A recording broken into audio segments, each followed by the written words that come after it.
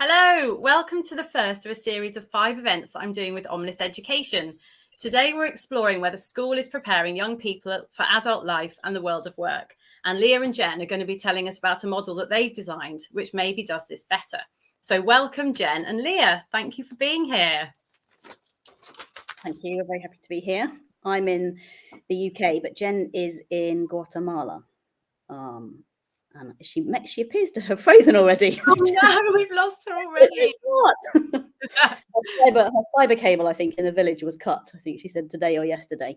But I'm hoping she's going to come back online shortly. I'm sure she will. Well, let's start with you, Leah. So could you introduce yourself and tell us a little bit about how you met Jenn and what's your background? How did you come to be working in education and how have you been educating your own children? Sure. So I had a very conventional education myself, went to university, then became a management consultant, and then did a complete career pivot and became a personal trainer and holistic health coach. And then I hit the road and this was in 2004, 2005. So I was a very kind of early adopter of the location independent digital nomad lifestyle. And that's pretty much where I met Jenn. So we've known each other since 2008, 2008, yeah. So a while. Jenn was on the road with world schooling her 4 kids at the time. I was running my business and kind of working from various different countries online. I've been fully remote since then. And I had my first child in 2009 and had already decided that I would home educate. I didn't think that the conventional system was going to prepare my kids for the world of work as I knew it, because I'd been doing my own thing since 2004 and fully online. And I knew that kind of what was being taught in schools didn't seem to me to be preparing them well. So Jenn and I met while she was world schooling, traveling around and doing completely different kind of education for her kids. And we've kept in touch pretty much ever since until we started Omnis 2 years ago. Cool. Jenn, can you tell us a little bit about what world schooling was like and how long you did that for? 2 years ago, yeah. Sorry, I lost you there. Could you say that again? How long were you world schooling for? Yeah, I hope that my internet holds. Not sure she's heard the question. Jenn, how long were you world schooling for? Oh gosh. It's not holding. Oh no. Leah, we can put in the comments here. Are you able to hear me? We can hear you, yeah, but there's I'm sorry that my internet's a bit difficult right now. Jenn, I'm going to type a question to you in our chat so you can respond. Are you able to hear me? I'm just typing in the chat. Jenn, how long were you? Oh, she's gone. Oh no, we've lost her completely. I can't answer for her, but I know they cycled across Africa, I think, when her youngest was maybe 7 or 8, and I met them when they've been all over the place. I can't remember where they've been because they've been all over. And they've all done Hannah, who you will meet in a couple next session maybe, is 2 weeks time. Jenn's eldest, and she does a variety of things. She's kind of an online entrepreneur. She does web design, but she's also one of our learning guides at Omnis. And her other kids, one is a chef, I think. One is training to be a pilot, and I'm not sure about the other one. A couple of them have gone to university. So they've had a completely unconventional education. They haven't been in school, and they spent a fair bit of time on the road. So Jenn is a master of, she's kind of out the other side of it. I'm still in the trenches. We're still in the trenches. Mine are 8 and 12. But yeah, Jenn's kind of clear through the other side. So what does home education look like for you then and your family? For me, I have always been, I've never really followed the kind of terms and the labels, but I suppose people would call it unschooling. So I haven't followed a curriculum. My children have been fully self-directed. My eldest is 12 and they are really, really creative, have their own Instagram account, are kind of almost professional level. They've drawn for hours a day since the age of 4. We pretty much, they do home ed groups, they do different activities, they do laser tag at the moment, they do kind of climbing, boxing, a variety of different things, but I let them follow their interests. And it's really fascinating to see what they gravitate towards. And they're already talking, my eldest is talking about doing GCSEs, and they want to do psychology and astronomy and something else. But I see those as kind of the keys to the next stage, or, a stage. And they'll follow their interests and study what they like, study what kind of matters to them. Cool. Thanks, Leah. Jenn, can you hear us? I'm not sure she can. Okay. So Leah, back to you. Can you tell us a little bit about how you feel, in your opinion, how is conventional school not preparing students for adult life and the world of work? And what is this skills gap that you're worried about? And why do you think that this skills gap exists? Well, as I said, I came to remote work almost accidentally. So I was a digital nomad. I was location independent from 2005, I think. Ran my business fully online. Was immersed in a world and a community that, since COVID, everybody has had an experience of. And I think COVID has accelerated trends that were already in motion. So that the world of remote work and the trend of remote work, we'd all heard of it. Some of us were doing it. COVID forced everybody into it, and people struggled. That's kind of why Jenn and I got together to form Omnis Education. But it's skills that we all know about. They're not particularly new. It's things like self-starter. What does that mean? Being kind of self-managing, collaboration, teamwork, communication, creativity. It's all of the things that people have been talking about for years, decades probably, that the education system hasn't been adequately focusing on, because we've had such a focus on science and maths and some of the what people have called softer skills. In the world of remote work, we've seen the need to be able to connect across borders, across countries, across continents. We've seen the need for people to manage themselves far better and manage their careers. There are very few careers for life these days. And even if you go, my cousins are in, one's a fireman and one's a nurse, but they're not guaranteed. Their jobs aren't guaranteed and their career paths aren't guaranteed. They still have to have a heavy dose of self-management to kind of work their way up and decide where they want to go to. And things like creativity, it's, people that I've worked with, some of my, I used to be a business coach, and some of my clients, they've found niches for themselves. They've created businesses for themselves. And that's what the power of the internet has been huge, and it's been massive. And it isn't just the world of remote work. It's given people opportunity to be really creative and use their skills in a way that allow them to create opportunities and careers that haven't previously been available. Yeah, absolutely. We found that. I have been in education for a long time. I started out as a teacher and very quickly realized that what was happening in public schools in the United States, which is where I was living at the time, was not what I would want for my kids if I ever had them. And then, when I did have my four, our goals for their education were to leverage the things that they were great at. Of course, fill in the gaps and give them skills around the things that they struggled with or that were weaknesses for them, but to connect them to the world in a way that their biggest skill set would be flexibility and evolution. Because so much of what we're seeing emerge with this massive growth of information and technology and this new technological revolution is all about your ability to roll with it, recreate, pivot. COVID was the perfect example of that, right? Everything was going great, and then we were all asked to make this big shift. And there are people who have those skills who have thrived through this and grown their businesses, grown their educations, their lifestyles. And then there are people who were just completely marginalized by the need to make that shift. And so one of the core things that I think schools need to do more of differently and better, that across the board they're not succeeding at super well right now, is this idea of teaching kids how to evolve, how to think critically, how to problem solve, how to move forward, rather than just giving them a static skill set that ticks all the boxes so that they can get a diploma, but maybe isn't actually that actionable when it comes to creating a life for themselves.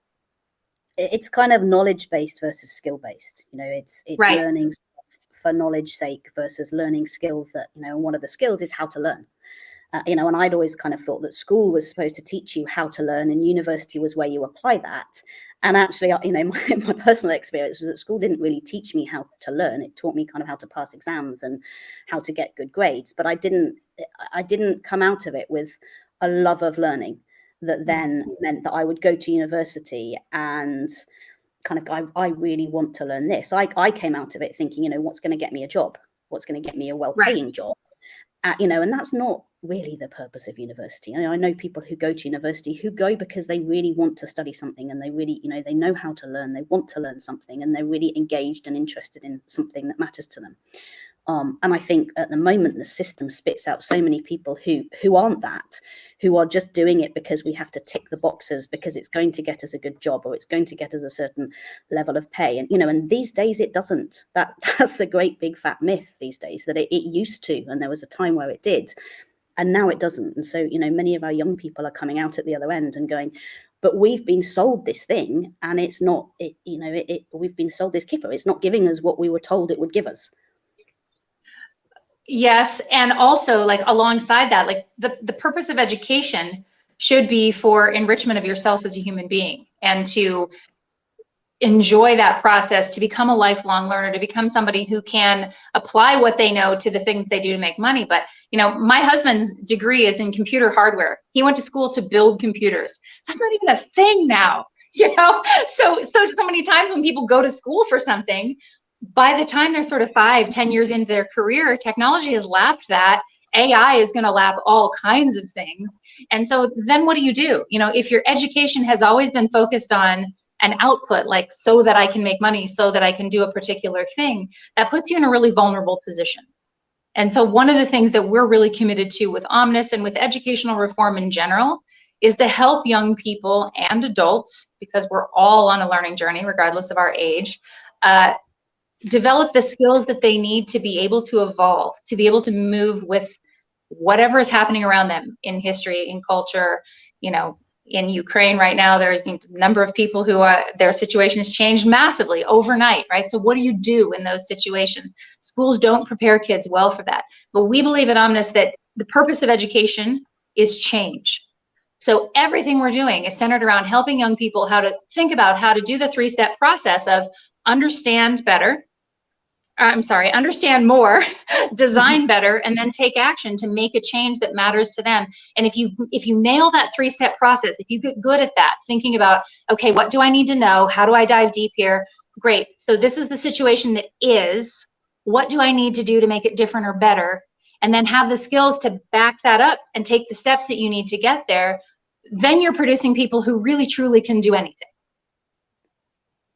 Can you tell us a little bit, like the basics of Omnis Education? How did it come about? Why did you set it up? And what is it? What makes it different to conventional schooling? And also, what is this paradigm shift in education that you'd like to see, that you're working towards? I'll start, and then I'm sure Leah's going to yes and me, because we come at this from 2 different places and 2 different backgrounds. For me, the origin point was, I had these 4 little kids I had to educate 25 years ago. And so I started studying what are different ways of looking and thinking about education. Now, mind you, 25 years ago, the internet wasn't a thing in the way that it is now, right? Like I couldn't get online and find a homeschool group and meetups and curriculum, like those things weren't a thing. So it was a really different world. But in the process of educating my own 4 and world schooling, which for people who don't know, world schooling just means travel is a big part of your educational strategy. So for our family, we traveled full-time for about a dozen years for the express purpose of the education of our kids. And we just moved around the planet learning where we were. In that process, lots of other people started coming to me and saying, hey, how could I do this too? Could you help me? And so I've been helping people design world-class educations for their kids outside the 4 walls of a classroom for a long time, and helping those kids get into great universities if that's their path, or self-chart career paths beyond that may or may not include the gatekeepers of higher education. And as people have come, my experiences, my beliefs around education have evolved significantly. And as technology has grown, what's possible has just expanded so widely. But then when COVID hit, all of a sudden, the whole world was thinking about, oh gosh, we need to do this differently. Everyone all of a sudden became a homeschooler, which was kind of hilarious to those of us who had been doing it for a long time, because you get all of this negative feedback, right? It's like, oh, now, yes, I can help you. That'd be great. We'll be happy to. And so, what we're doing with Omnis has grown out of that, but is not at all limited sort of to my experience in that. And this is where Leah and I have such a great synergy, because what we've combined are the best practices of remote work, which she has been an expert at for many years and has helped people build businesses and careers and lifestyles around this, with the educational component, because those two things together are what people are going to need for this hybrid life that we have in the future. And so Omnis, our kind of our rallying cry, our battle cry is learning must be relevant. Because that's one of the big things that tends to be missing in schools. How many times does your 4th or 5th grader come home and say, why do I have to learn this? This is dumb. And the answer is usually because somebody got together in a cave and voted and you weren't there. Like, there's no good reason, right, that they have to learn that thing when they're being told to learn it. So if learning must be relevant and purpose of education is change, Leah and I just got to talking about, if we didn't know anything about education and the structures that exist, what would this look like, given the technology we have, given the whole arc of human history? What would education look like if we had not got this picture in our mind of a schoolroom?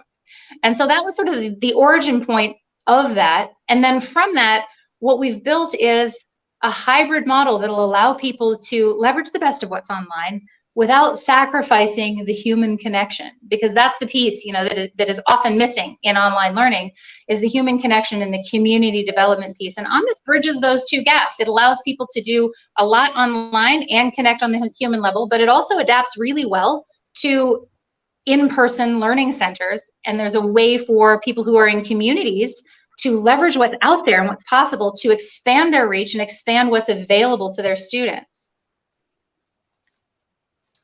Great. You mentioned then that it's so it can be in person as well. So you're an online school, but are you working with like learning communities as well? How does that work?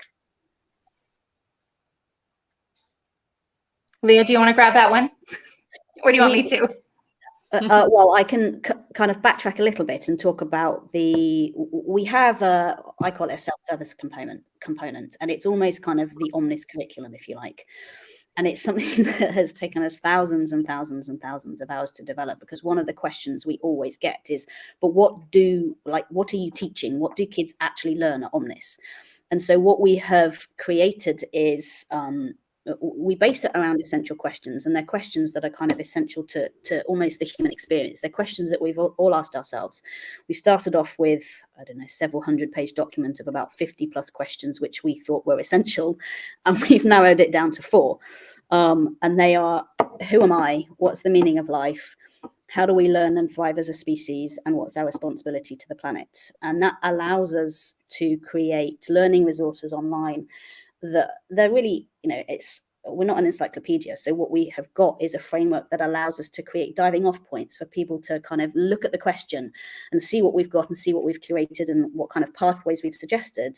And they can take it off to wherever they want. And they can pick one question and engage in that for an hour, a day, a week, a year if they want to, or they can move around. And what we've also then developed are pathways that can be used in classrooms. They can be used in learning centers.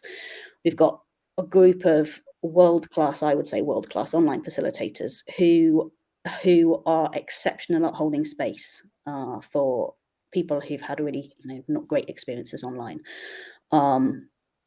And they are aligned with the essential questions and the experiences that students or learners have as they're engaging in our essential questions. And so we've kind of got this, it is like a hybrid approach. If you're talking about offline stuff as well, we were going to do some offline stuff before COVID hit. So we were looking at, Jenn was going to do an experience in Guatemala, a learning experience where she is, which would be the offline part.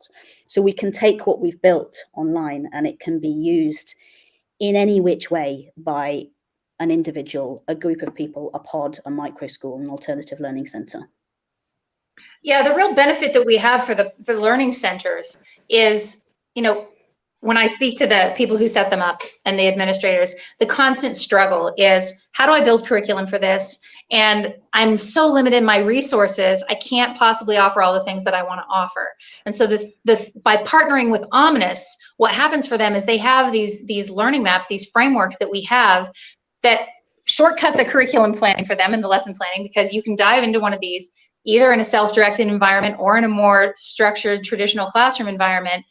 And then you can link into, another option is to link into our live stuff. So, you might be a learning center someplace in the UK that has 2 teachers and 12 kids, and you love the community aspect of what you have, but the global piece of it is missing. And this allows people to have the best of both worlds. You sort of have your cake and eat it too by partnering with Omnis, which we think is a really revolutionary approach to this, because until now, it's been kind of, it's a binary choice. Either you're in school or you're homeschooling. You're online or you're offline. But we believe that the future of work is going to be a hybrid solution where sometimes people are together in person and sometimes they're together online. And so why would our education of young people not mirror that? Because they're 2 really different skill sets in terms of communication and the tools that people need. And so if you learn that way, these kids that are digital natives, it's just amazing by the time they become adults what they can do. I'm just scribbling down everything you're saying. And I've got loads of questions for you. So you don't follow any kind of national curriculum. So what about people who are worried about national curriculum? How does it relate? Can they take those boxes? Yes, they can, because, again, it's not a binary choice. It's not Omnis or nothing. Most educations are not one size fits all. And when people try to make them one size fits all, they come up against roadblocks. And so we have people who are homeschooling with national curriculums, or who have their kids in school, who are also in Omnis because they recognize the deficiencies of the models that they have, and they want their kids to have this as an extra thing, right? So you don't have to do only Omnis, although there are people who do that. You can do any number of different things, and this can be one part of your solution. And I think smart parents and smart teachers are waking up to this idea that one of the ways we leverage technology is to create really unique solutions for kids by piecing together the bits that they need so that they get the richest experience possible. You've also got to kind of ask, what's the national curriculum for? What's it being designed for? What's it spitting out at the other end? And it does a good job for some of the basics, but it doesn't do the full job. And, some kids may thrive on it, many don't. So what are the alternatives, and what are the things that can complement it for those who don't? Yeah. And you describe yourselves as a self-directed online school. So can you just explain what self-directed education means to you? Well, there's lots of things that it means to lots of people. If you ask that question across the spectrum of people who define themselves as self-directed, you will get a range of answers. And that's one of the things actually that I think is great about it, because that actually encompasses what self-directed learning is, right? It's self-defining the thing that you're trying to learn and following your own curiosity. For our purposes, what we mean by that is learners always have choice. Everything is available to them at Omnis, but nothing is required. So that allows people to jump in, and if your school is really weak in the arts, so join us and do some of the arts. If your kid is feeling bullied and is missing social connection and is not finding belonging where they are, great, jump into some of our clubs and find that piece of it. If they're super interested in outer space and how to colonize another planet, great, they can dive into some of our resources around that, and you can leave the maths and the English to some other way of learning. So self-directed learning is just about students being able to make choices and following their own curiosity, regardless of what age they are. It's putting control in the learner's hands, and at whatever age. And that doesn't mean that we leave kids to their own devices who are 5 or 6. It means that we also support parents to facilitate their learning. And as most of us probably know, that a lot of the time that requires trust, and that's the bit that we as the parents find the hardest bit, which is we are all hardwired to learn. We need to trust our kids that actually they kind of know how to learn, and they probably know what they want to learn. And even if they don't, it's not our job to tell them or teach them. It's our job to facilitate them, to find it themselves. That's like a tweak that is so important, I think, particularly when you're home educating and you follow a self-directed approach, that it is about trust, and it's about trusting yourself, and it's trusting your children, to know what matters to them, to know what they want to learn. In my experience working, Oh, I'm sorry, Joe. I didn't mean to speak over you. There's a lag. You go ahead. I was going to say, in my experience working with hundreds of families over the years in this capacity, the problem is almost never with the children. You know, people will come to me and say, I've got this problem with my kid. Most of the time, they don't actually have the problem they think they do with their kid.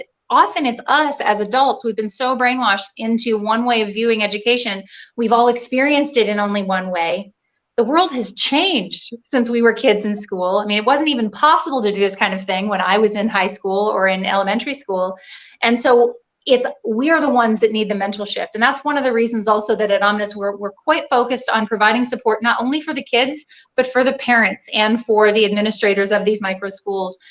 There are opportunities for them to drop into adult only spaces to talk about this and to build the skills we need to begin to trust our kids. Brilliant. What was I going to say? Oh yeah. So this idea of self-directed education and how it's about choice and agency, like how does that then relate to the work when they're older and they're working? What are the benefits of this self-directed approach? Look at you. You're running a 6,000 strong group on Facebook. You've decided that you want to do something more with it. You've decided that you want to kind of fight the system and the status quo. And that's self-direction in action. That's you deciding independently what matters to you, what's relevant to you, what you want to do. The same as us, we've decided that we want to build on this education, kind of change, help again with a paradigm shift of education, and that comes from within. It's like that. It's almost the difference between that kind of intrinsic motivation and internal motivation versus someone telling you what you've got to do, or following a path that's well worn and that's well trodden. That people kind of go, you know, your parents go, well, you should do this. It's like so many creative people are told, study graphic design or study this. Don't study illustration or don't study, you know, fine art because you're not going to make any money. So there are many people who are kind of influenced externally by what other people think and say in terms of their education and their career paths. And what we're encouraging people to do, and this is the true benefit of self-directed education, and you know, it's independence, really. It's independent thinking. That's another word for it, which is to create independent thinking people who can think for themselves and who can self-manage and self-direct to a career that they may want to pursue, as opposed to being told or being forced to, or thinking that they should do something. The other thing that I find super interesting about that question, Joe, is, you know, you're asking, well, how does self-direction relate to their work life later? The reality is that we are all self-directed from birth. You know, we talk all the time about how much we kind of dislike that term, self-directed education. It's actually just learning. It's how people have always learned. And for some reason, a couple of 100 years ago, people decided that children couldn't be trusted to do this thing that they had been doing since the beginning of time. And they needed to be incarcerated against their will and force-fed a bunch of stuff that may or may not be relevant to who they are now or who they're becoming. And so, you know, from our perspective, this isn't like some big radical revolutionary new thing. This is just an acknowledgement of like, this is how we learn. And actually this big experiment we've had in coercive education has been a failure. And so let's go back to the way people actually learn, but let's do it in a new way. Let's do it, you know, having evolved with technology, having evolved as a species. And, you know, there are ways to integrate so many more new things now and so many more people now than there were 200 years ago. But this is not the new revolutionary thing. This is just how people are and how they learn. Every adult self-direct. Yeah, absolutely. And every child before they get to school. There's a question in the comments. How do you help guide or inspire parents to shift their mindset so they can trust their children? Jenn. Okay, I've been told to answer that one. So, I mean, one way is, you know, if you're a member of Omnis, every other week, I meet with a group of parents. Anyone can come, and we just talk about it. You know, last week there was a mom in there who was like, I don't know if I'm doing enough with my kids. How do I know if I'm doing enough? And so we unpack that a little bit. We have a whole series of videos made by Jenny Manas, who has worked with us for most of this last year. She's an expert in self-directed education. She's got a 12-week series that just steps parents through one thing at a time, one little seed, try this, and then take the next step. And as you begin to see success with your kids, you feel your way forward together. So, you know, I think those ongoing conversations for parents are really important. Our newsletter that goes out every Sunday includes little tidbits of things to help people begin to trust their kids, to begin to just take small steps. You know, it's not all or nothing. You don't have to jump off the deep end of the pool. You can just take baby steps every few days, every few weeks as your kids grow, and begin to listen to them and, you know, engage with the things that they're interested in. And, you know, it's building a skill set of parents to become, like I say, becoming a student of your student, so that you can meet them where they are. And sometimes that means setting aside your presuppositions. And of yourself, becoming a student of yourself, because most of the time we don't trust our children, or people don't trust their children because of their own thoughts and worries and fears and anxieties and beliefs. And if you start to unpack where those have come from in yourself, you can start, you know, most of the time it's questioning, it's being curious about, well, why don't I trust my children? What is it that I'm afraid of? And most of that is conditioning. It's social conditioning. It's conditioning from, we are all used to the system that we have known. Most of us have gone through it. There wasn't an alternative at the time, or we weren't aware of it. So we have been conditioned to think in this way, that this is the only way to educate our children. And it's been set up like that. And, you know, we shouldn't trust them, because we are supposed to go through the system and do what we're told, and then come out the other end and still continue to do what we're told. So that kind of innate ability to think for ourselves has almost been educated out of us. And it's just it's getting back in touch with that for yourself and for your children that allows you to kind of go, you know, why don't I trust them? Where's that coming from in me? It isn't even about the kids, as you said, Jen. Most of the time it's about the adults and the parents themselves. Yeah. And I think also building community. You know, it's really hard to do something sort of as a lone ranger. If you're the only person you know who's trusting their kids, who's engaging in self-directed learning this way, that's really lonely and it's really difficult. And that's where this community aspect of Omnis comes into play. Surrounding yourself with other people who believe the same things, finding examples of people who were successful and who are now adults. You know, your next live is going to feature two of our learning guides, Hannah and David, who are both in their late 20s. Neither of them went to school a day in their lives till they went to university. They're Omnis learning guides, and they're great examples of two people who are really successful adults. David's got a PhD in engineering, and, you know, work remotely, do very different things. So, you know, having community, having examples, not that it guarantees anyone's success, but it speaks to what's possible. Those things are important for maintaining your faith in yourself and your kids, and the ability to trust yourself and trust your kids.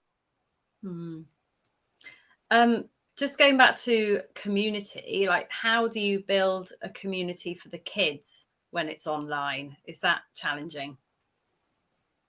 You know, I think it's so less challenging for the kids than it would have been for us as children. These guys are digital natives. They know how to do this stuff.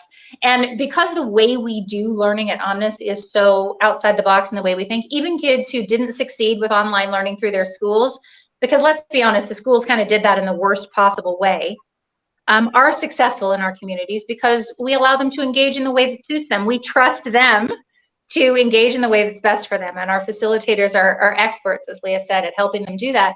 But we have a series of clubs and quests that these kids join, and they join kind of in cohorts. The same group of kids might show up for art and for math and for dragons and unicorns throughout history because they enjoy learning together, and it's their way to hang out together every day. It's like kids meeting in the schoolyard, you know, to play and learn together.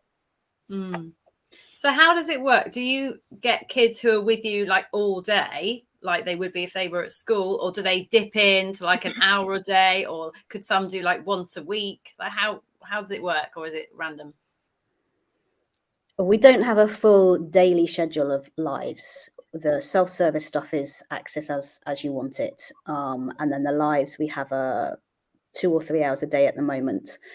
So people can dip in as they want. They can do as many as they want or as few as they want, and they can come one week and not come another week. So it's entirely flexible. As we kind of grow to support it, we probably will have a fuller schedule, but that isn't to say that people have to sit there all day online, because that, you know, that doesn't work. I think that's not our ideal thing, is it, Leah? Like we wouldn't suggest that somebody jack their kid into the computer for 8 hours a day to do online. That was part of what didn't work in the way the schools were trying to do it, right? Yeah. We want kids to have choice and to be free to move between their worlds and their communities, which kids are great at. We adults have a hard time with that, but kids are great at it if you trust them to. Yeah. There's a comment which I think we should address, which says, not looked into it, but this looks like a business. We are a business, and we do charge. And because we have costs, and we also have a range of scholarships. If people need it for free, we provide it for free. The goal for us in the future is that the vast majority of our online self-service resources will be free. And we also have to pay our learning guides, and we pay them well. And the business model that we have is based upon diversity, equity, belonging. So we have a very strong commitment to diversity, equity, belonging, anti-racism. But we are a business, and we want to pay well. And we're also one of the most affordable options in this space. Can I just ask, what ages do you cater for? Well, I like to say we do cradle to gray, right? Because learning happens for all of us all the time. The vast majority of our lives are targeted at kids sort of between 7 years old and the end of high school. We have some things that are very specifically for teenagers only. But for the most part, we've got kids between 7 and 15, 16, 17 who are engaging online in the live aspect of it. Cool. What else did I want to ask you guys? Jenn, actually, because we lost you at the start. I'm sorry. Can you tell us, don't worry. Can you tell us a little bit about your background and how you came to be working in education, and maybe a bit about your world schooling days? Absolutely. So, I started my career as a teacher. I come from a long line of teachers and educators in my family, and it was all I ever wanted to do. And then as soon as I got into the classroom, on the back end of it, I realized that I couldn't do this with my life. I came to recognize that schools as a system were causing harm. And even even as a teacher who wanted to be progressive, wanted to do more differently and better for my students, if I was locked within that system just because of the way it is and the things that cannot be changed, I would be participating in causing harm. And I just couldn't do it ethically for myself. And I certainly didn't want to send my kids. And I thought, gosh, that was like an aha moment for me when I realized if I had children, I couldn't send them through this system. Then that meant I also couldn't participate as an adult, right? But then knowing what you don't want to do and knowing what you do want to do are two very different things. And so there was a period of several years of sort of re-education while I figured it out for my own children. The world schooling we gravitated to quite naturally because my parents had taken me out of school for 3rd grade and 8th grade, and we had traveled through Central America for 6 months at a time. And those 2 years were far and away the best years of my education, academically, socially, in terms of what I learned from the real world. And so I just had an intrinsic knowing, as having been that kid, that this was a wonderful way to learn, and that it had changed, just those 2 small doses had changed who I was as a human being. We wanted more of that for our kids. So that was why we engaged in the world schooling. But then, what I could never have imagined was the ways in which the world would give our kids the gift that it has given them. And they're different people for having had this upbringing, and they've had experiences and learning adventures that I couldn't have paid for if I'd had all the money in the world. So the world is a trustworthy place. Kids are trustworthy humans. They know what they need and they will learn it. And having had that experience, people would say to me all the time, oh, well, your kids, your family, you're so lucky. And yes, of course we were. I mean, there's a huge degree of privilege in being able to do the things that we did. But they shouldn't be lucky. This kind of thing should be available to all kids. And so that was another piece of Omnis. Like once the technology emerged, once Leah and I started talking about, well, what could this look like? And we realized, wow, by leveraging technology, we can give a lot of these similar experiences to children everywhere, even those who don't have the privileges of passports that allow them to travel. That was hugely motivating for me because, of course, I love my kids and I wanted to do my best for them, but actually they're not special, right? Like every child deserves this. And so that's our why, is we really want every child to have access to high quality education that is curiosity driven, that feeds the things that they love and encourages them to become who they actually are in the world, rather than trying to jam them into a mold that for most kids simply doesn't fit. Mm-hmm. And how do you see the future of education? Like, what do you think it will look like in, say, 50 years' time? And how is Omnis bridging the gap between what we have now and what we could have in the future? Leah, do you want to go first? I think it will be hybrid, a little bit like that. The work. I think we'll have some kind of hybrid system, and I think it will be driven by technology. And things that we're looking at are virtual reality, augmented reality, and it's still really crude. And what we're seeing, one of the benefits I think of kind of being online and living online is that are those global connections and the ability to connect to people all over the world. And it's kind of a limitless world without borders. And that's what the world of remote work has given me. And so I have most of my friends don't live in this country, in the UK where I am. Most of them live overseas. So, I think we will see this hybrid form of education where we'll have online, offline, virtual reality, augmented reality. I'm hoping that it will be driven by what matters to people and what matters to learners, because I don't think where we are and what it's being driven by at the moment is sustainable and scalable. Well, it's scalable, but it's not sustainable. And it's creating a community or communities of people who just aren't happy, and are kind of being left high and dry. I think we're going to have highly individualized education in our pockets. And we're beginning to see that with, hey, Siri, you can ask any question you want, and there it is.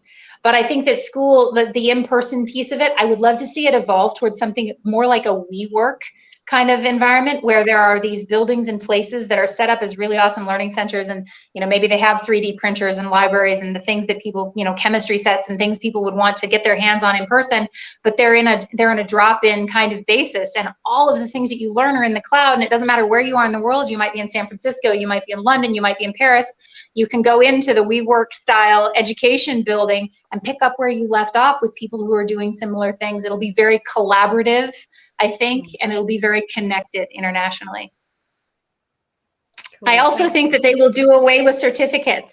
I don't think that there's going to be graduation diplomas in the same way. Leah and I talk about this a lot, and I think what we will move to is an outcomes-based, performance-based assessment, and we're already seeing that. Google and Apple stepped away from the idea of needing to have a college degree for new hires. Well, that's one of the death knells of the system that we have, right? There are going to be ways for people to demonstrate competency and then participate in a free market economy based on what they can do, regardless of where they are, how old they are, where they were educated or not.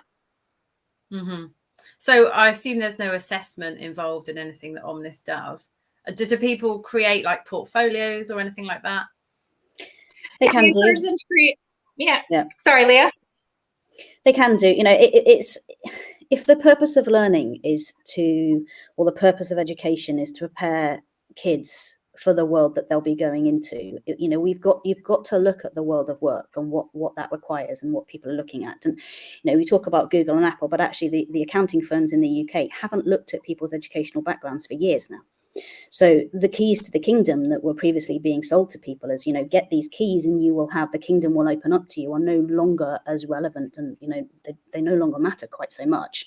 So how do you prove, or how do you demonstrate what you can do, what you can do, what skills you have? And it's what we're focused on this is encouraging people to think about that for themselves. So if you want to go and be a writer, well, how are you going to show people that you can write? If you want to go and be a professional blogger, or you want to go and be a web developer, how are you going to show people that you can do that? The best way to show people is to do it, and to build a portfolio of self-directed projects, even if you aren't being paid for it. Do your own stuff, build your own things, and you can show. We have people who come to us who want to work for us, and what we look for are examples of, well, what have you done? Even if you haven't been paid, what have you done? What have you built? What have you created? What have you done just for yourselves because you can, because you've learned how to do it, and you want to show us what you can do. Yeah, cool. There's one more question actually in the chat. Do you offer any content or plans to create it in other languages beyond English? Yes, we would love to create it. Right now, we're limited to English. Brilliant. And if people want to contact you to find out more, parents or educators, how can they reach you? Well, our email address is hello@omniseducation.com. We'll drop that in the chat. I'm happy to set up calls with people to talk to individual parents or learning centers, micro schools, pods administrators. I talk to people every single week who have questions and interests about how to integrate this into their unique situation. Because we don't believe education is one size fits all, we also don't have a one size fits all process for that. So we work really closely with our partners to develop what's right for them, because that's what we're all trying to do here, is design educations that are right for these kids. So I'll drop my calendar link in there as well. You can find us on social media at Omnis Education. What else, Leah? Get on our newsletter. Yeah. Omniseducation.com is our website. We are also at omnisschool.com. Yeah. Great. Thank you. Is there anything else you'd like to say before we wrap up? Oh, just thank you, Jo. This has been really fun. I love to talk about education. You can probably tell what I have to work to do is be quieter about it. But, this is my passion in life. And Leah and I have had such a good time the last couple of years building this together. And what's exciting now is that we can see that the world is ripe for a big swing in education. What I love about your group and what you're doing is that you're not just patching the ship for people. You're working to push policy change. You're working to take a bigger swing at this. And we are too. So that part of it's just super fun. Brilliant. Well, thank you so much for coming. It's been awesome to talk to you, and we'll see you in 2 weeks' time. So as you said, we've got David and Hannah coming along in 2 weeks. They have never been to school, and people can ask them questions. So yeah, send me your questions if you want to ask questions in advance, or just come along on the night and we can ask them then. Great. Thank you everyone for coming, and thank you again to Leah and Jenn. Thanks, Jo. Thanks so much. Bye-bye.